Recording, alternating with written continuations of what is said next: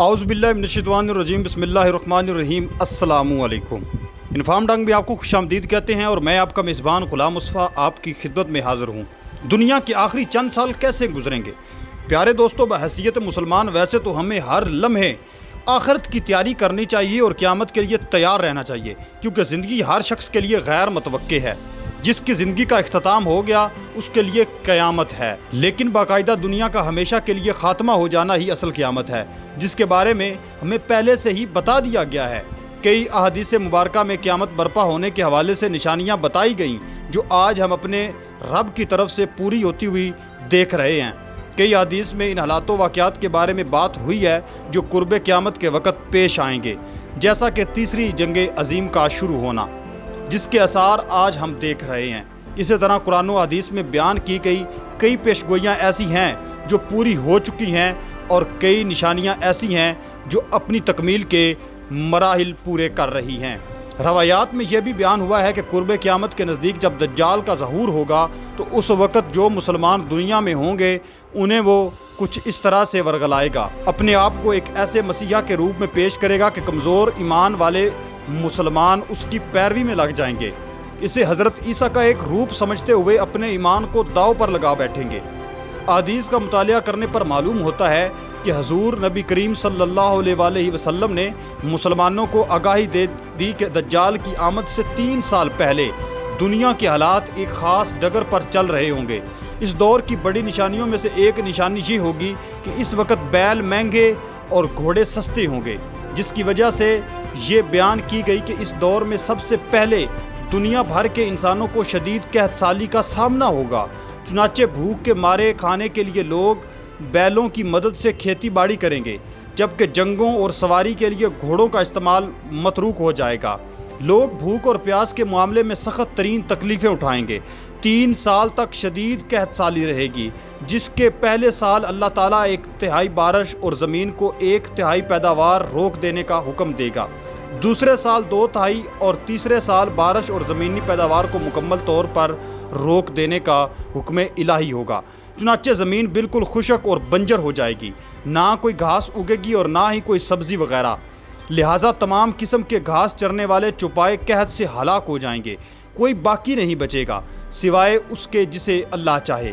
دوستو، اس دوران صحابہ کرام نے استفسار فرمایا کہ غذائی قلت کے باعث انسان زندہ کیسے رہیں گے اور قحط کا مقابلہ کیسے کیا جائے گا، جس کے جواب میں آپ صلی اللہ علیہ وآلہ وسلم نے ارشاد فرمایا کہ لا الہ الا اللہ، اللہ اکبر، سبحان اللہ اور الحمدللہ، یہ وہ تسبیحات ہیں جو مومنین کے لیے اس پرفتن دور میں غذا کا کام کریں گی۔ ایک اور حدیث کے مطابق دجال یہودیوں کی نسل سے ہوگا۔ تو ناظرین، جس طرح موجودہ دنیا کے حالات دیکھ رہے ہیں جس میں یہودی فلسطین پر ظلم ڈھا رہے ہیں اور پوری دنیا سے جنگ بندی کے پریشر کے باوجود یہ اپنی ڈھائی پر قائم ہیں، اس سے صاف نظر آتا ہے کہ دنیا ایک بہت بڑی خانہ جنگی کا شکار ہونے والی ہے، جسے تیسری جنگ عظیم بھی کہا جا سکتا ہے، اور یہ قرب قیامت کی ایک بہت بڑی نشانی ہے۔ اس طرح پوری دنیا کے واقعات پر غور کریں تو ایک مسلمان واضح طور پر قرب قیامت کی نشانیاں پوری ہوتی دیکھ سکتا ہے، کیونکہ دوستو حالات چاہے کسی بھی رخ پر چلے جائیں، مسلمانوں کے لیے اس سے بڑھ کر اور کوئی بات نہیں ہو سکتی کہ نبی کریم صلی اللہ علیہ وسلم کی ہوئی تمام پیشگوئیاں کسی بھی طور پر غلط نہیں ہو سکتی اور یہ پوری ہو کر ہی رہیں گی۔ اس لیے ہمارا ان سب نشانیوں پر نظر رکھنا بہت ضروری ہے۔ روایات میں آتا ہے کہ جب قیامت برپا ہوگی وہ ایک ایسی گھڑی ہوگی کہ اس وقت جو شخص جو کچھ بھی کر رہا ہوگا سب وہیں کا وہیں دھرا رہ جائے گا، یہاں تک کہ اگر کوئی شخص روٹی کا لقمہ منہ میں لے کر جا رہا ہوگا تو اس کا وہ لقمہ وہیں رہ جائے گا اور اسے کھانے کی مہلت بھی نہیں ملے گی۔ اس طرح کی مثالیں دینے سے مراد یہ ہے کہ معاشرتی طور پر مسلمان یہ بات سمجھ لیں کہ قیامت کتنی اچانک آئے گی۔ کئی مستند اسلامی اور تاریخی روایات میں یہ بھی آتا ہے کہ قیامت سے پہلے ایک ایسی ہوا چلے گی جس سے سارے ایمان والے ختم ہو جائیں گے، ایک بھی کلمہ گو مسلمان زندہ نہیں رہے گا، سب غیر مسلم ہوں گے۔ اس طرح یہ بھی حدیث میں موجود ہے کہ قیامت سے 30 سال پہلے دنیا میں بچوں کی پیدائش ہونا بند ہو جائے گی، جس کا دوسرا مطلب یہ ہے کہ کسی بچے پر قیامت نہیں آئے گی۔ قرب قیامت کی یہ سب سے بڑی نشانی ہے کہ قیامت سے پہلے بچے پیدا ہونا بند ہو جائیں گے، اور دنیا میں جتنے بچے بھی ہیں وہ قیامت سے پہلے بالغ اور باشعور ہو چکے ہوں گے۔ ایک اور حدیث میں حضور اکرم صلی اللہ علیہ وسلم نے مسلمانوں کے لیے اس دنیا میں 5 عام ترین دور گنوائے، جن میں پہلا دور وہ ہے جسے دور نبوت کہا جاتا ہے، جس میں آپ صلی اللہ علیہ وسلم نے اسلامی ریاست قائم کی اور دین کی تکمیل ہوئی۔ اس کے بعد دور خلافت ہے، جہاں خلفائے راشدین نے دین اسلام کو دنیا کے دوسرے خطوں تک پھیلایا اور اسلام نافذ کیا۔ اس کے بعد تیسرا دور وہ ہے جب مسلمانوں کی مختلف خطوں میں حکومت رہی، اسے دور ملوکیت کہا جاتا ہے۔ اس دور میں کئی مشہور و معروف اسلامی حکمران گزرے جنہوں نے دنیا بھر میں اپنا نام پیدا کیا، اور کئی حکمران ایسے بھی تھے جنہوں نے الٹا دین اسلام کو بدنام کیا، جو دنیا کی عیش و عشرت میں پڑ گئے اور جنہوں نے اپنے ہی مسلمان بھائیوں کا خون بہایا۔ پھر چوتھا دور ایسا آیا جب اسلامی حکومتوں کا رعب اور دبدبہ ختم ہو گیا۔ اسلامی حکمران دین کی اصل روح کو مکمل طور پر بھول بیٹھے، عیش و عشرت میں پڑ گئے۔